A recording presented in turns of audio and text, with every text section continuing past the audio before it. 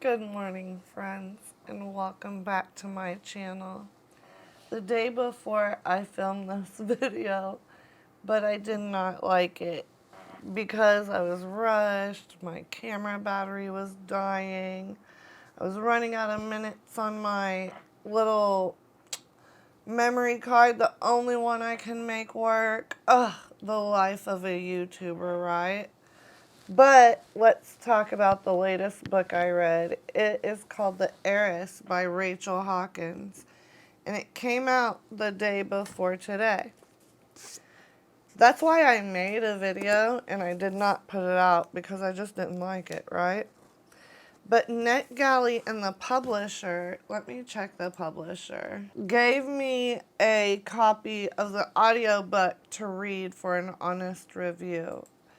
And I really liked it. I gave it 3 stars. And so now that I am, reading books and reviewing them, I want to go over my 5-star system with you really quickly so you know what mine is. But a 1-star review is bad. I didn't like it. 2 stars is meh. It was fine, whatever, but I wouldn't recommend it to anyone. 3 stars is good. I liked it. I would recommend it to some people, but, a year down the road, I may not remember the book that well.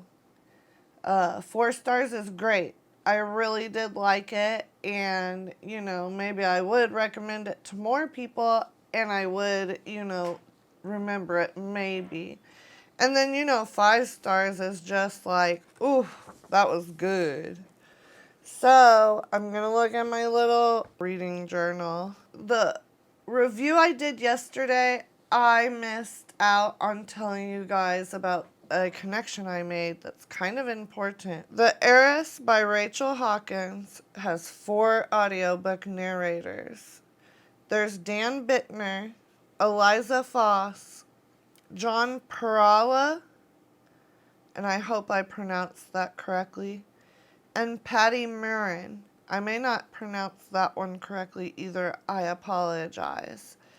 But the book is told from 3 perspectives. There's Camden, his wife Jules, and then Ruby McTavish. And then the 4th narrator reads off news articles and stuff like that. It starts off with, Ruby. She's a young little girl and she goes missing at a family picnic into a wooded area. Oh my goodness. And then she's reunited with her family months later. Right? She was found living with a couple.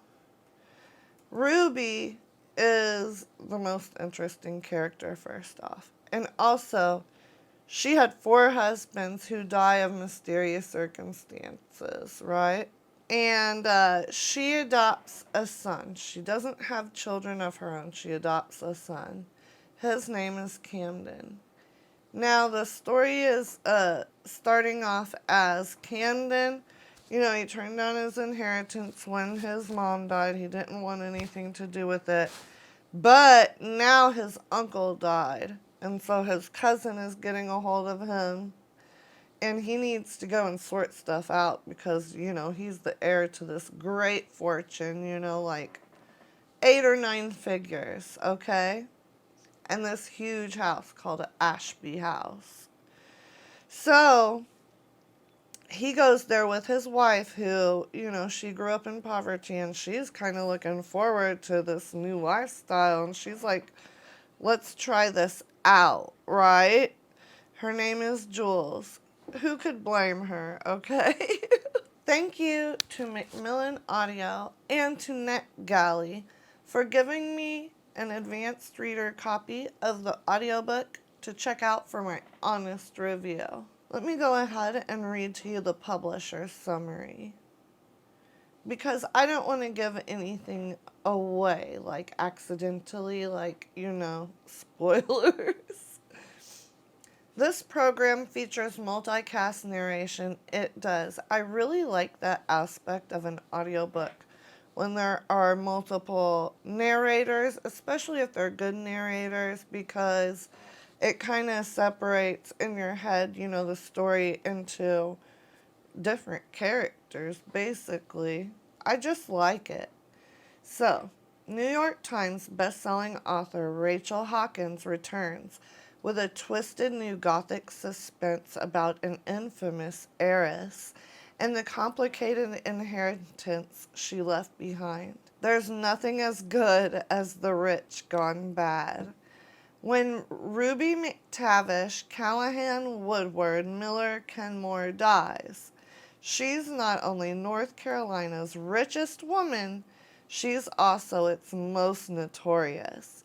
The victim of a famous kidnapping as a child and a widow 4 times over, Ruby ruled the tiny town of Tavistock from Ashby House, her family's estate, high in the Blue Ridge Mountains. But in the aftermath of her death, her adopted son Camden wants little to do with the house or the money, and even less to do with the surviving McTavishes. Instead, he rejects his inheritance, settling into a normal life as an English teacher in Colorado and marrying Jules, a woman just as eager to escape her own messy past. 10 years later, his uncle's death pulls Cam and Jules back into the family fold at Ashby House. Its views are just as stunning as ever, its rooms just as elegant, but the legacy of Ruby is inescapable. And as Ashby House tightens its grip on Jules and Camden, questions about the infamous heiress come to light. Was there any truth to the persistent rumors following her disappearance as a girl? What really happened to those 4 husbands who all died under mysterious circumstances? And why did she adopt Cam in the first place? Soon, Jules and Cam realized that an inheritance can entail far more than what's written in a will, and that the bonds of family stretch far beyond the grave. A Macmillan audio production from St. Martin's Press. So St. Martin's Press may be the publisher who let me read this early, and the length is 8 hours and 20 minutes long. A lot of people read audiobooks on a faster setting. I read most of this at regular speed. I really did like the book. I do give it 3 stars, and I will say this. It's told by 3 narrators, but the narrator who is telling Ruby McTavish's story, and her story is told through letters to someone. Throughout the book, we're assuming it's to her son, but we're not for sure. That story was the most compelling. It caught my attention the most. It's what I was paying attention to and basically reading the book for. Even though Cam and Jules told an interesting story, I would say that Ruby McTavish's outshined them.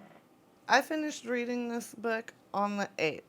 It was really good. And as I was reading it, the story really reminded me of one particular woman who was very wealthy herself, and that is Doris Duke. The reason why is years ago, I read an article in Vanity Fair called Homicide at Rough Point. Rough Point is Doris Duke's estate, right? And on her 10-acre estate, she hit and killed Eddie Torella in an accident. But Vanity Fair brings up that it may not have been so accidental. And, some of the, stuff that happened after this guy's death, like, donations to places in the community. And I was like, oh my gosh, that sounds like Ruby McTavish. Ruby McTavish sounds like Doris Duke, and I really do wonder if Rachel Hawkins got her inspiration for Ruby McTavish from Doris Duke. So, also, Doris Duke had something happen. When was this in the newspaper? 1964, okay, in the New York Times. It says a former band leader who contends he has been secretly married to Doris Duke in 1956 brought suit today for $150,000 in damages, charging the tobacco heiress stabbed him in the arm. Doris Duke adopted a child named Charlene Hefner. And there was some rigmarole about that as well. I just, whenever I was reading this book, I was like, oh my gosh, this seems like Doris Duke right here. So, I kind of, after I read that Vanity Fair article, Homicide at Rough Point, I kind of looked into Doris Duke, and she sounds as spunky, as, off the wall, just a personality as this Ruby McTavish. And that's what I loved about the book, I think. I also did like the storyline of Ruby McTavish. My only suggestion may have been to just to match her character, just to kind of liven up the characters of Jules and Cam a bit, because the McTavishes were just such personalities. Do you know what I mean? But I do give this book 3 stars. I would say I like it. And I would recommend it to some people who like books like this. Right? Mysteries, commentaries about wealth and privilege and stuff like that. So, that's all I have for today, you guys. I'm almost finished with my cup of coffee. But I'll see you guys again really soon, and I had fun this morning with you. Bye-bye.